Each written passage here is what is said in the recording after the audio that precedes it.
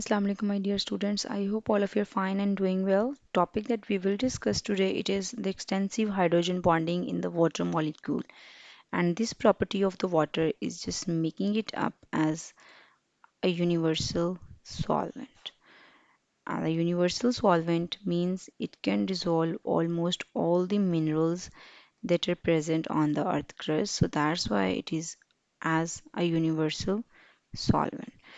The first property that we have already learned it was the polar nature of the water molecule, and now we will discuss the second property which is known as the hydrogen bonding that is present in the water molecule.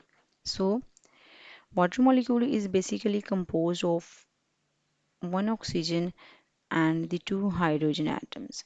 When they are making up the oxygen and the hydrogen atoms, the bond is formed between oxygen and the hydrogen.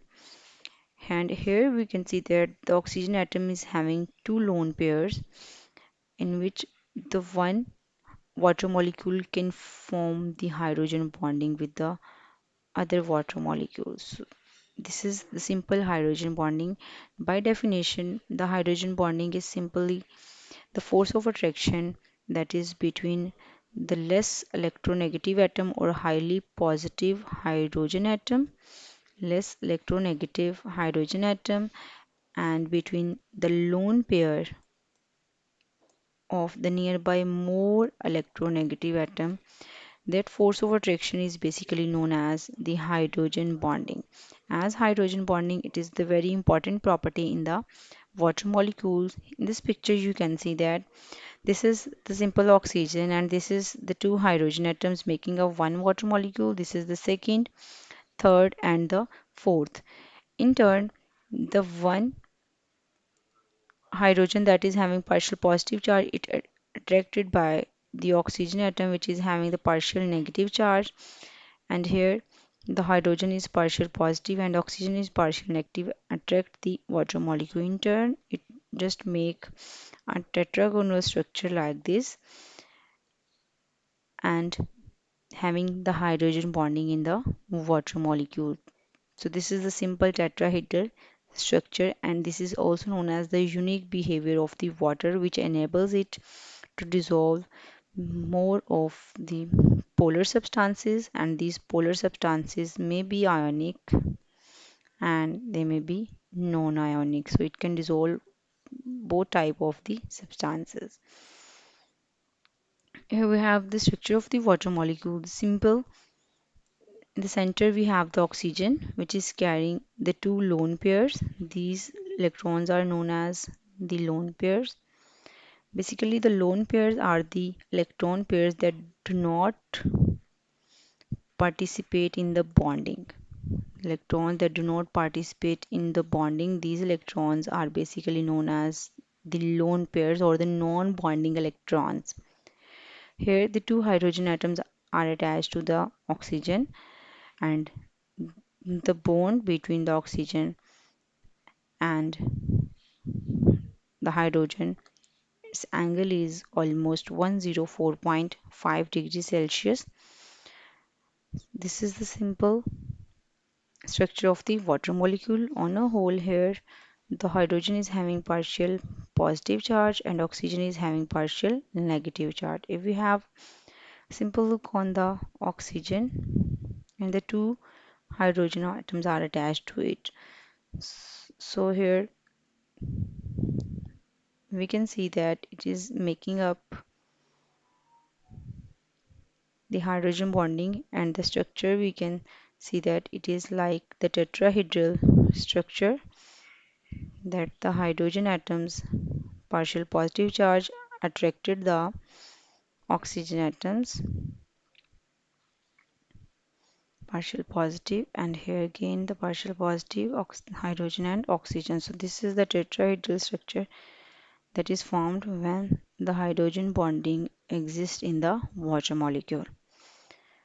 Then we have dissolving polar non-ionic compounds. That water can dissolve polar substances but they may be non-ionic. It means they are having the covalent bond between them. They have no ionic bond between them. Likewise, here we have the alcohols. Alcohols have simple formula which are OH, where the hydroxyl group and the water molecule they make the hydrogen bonding between them. On the other hand, many of the organic acids we have, like we have acetic acid. This is an organic acid. It is also having the oxygen hydrogen bond. On the other hand, the water is also having this bond, so the force of attraction will be created and they get dissolved into one another. On the other hand, we have glucose C6H12O6. It also contains hydrogen and oxygen, so bonding will be created and it get dissolved in the water molecule. The last one we have the sugar, which is having C12H22O11. It is also having hydrogen bond and the what get dissolved in the water molecule. So it can dissolve all the polar but non-ionic compounds because they have the hydroxyl group. All these substances have hydroxyl group, so that's why they get dissolved in the water.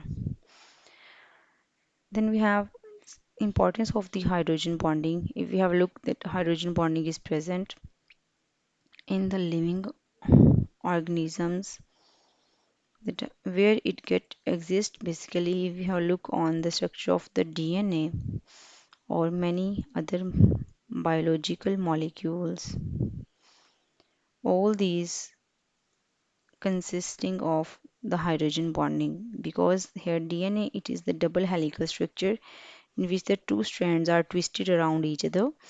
These two strands are attached to each other with the help of the hydrogen bonding between the nuclear bases or the nitrogenous bases.